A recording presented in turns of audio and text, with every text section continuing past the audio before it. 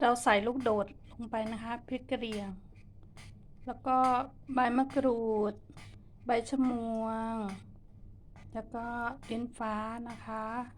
นี่ค่ะเนื้อก็จะประมาณนี้นะแต่ว่าด้วยความที่เราเพิ่งตุ๋นเมื่อวานแล้วก็ตุ๋นวันนี้มันก็ยังไม่เปื่อยดี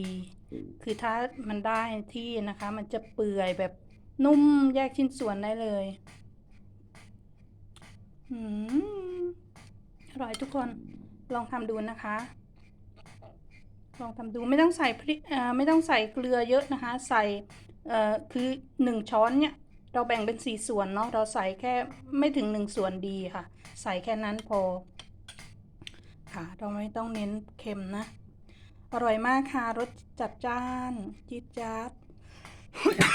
โอ้ยลองทำดูนะคะอร่อยมาก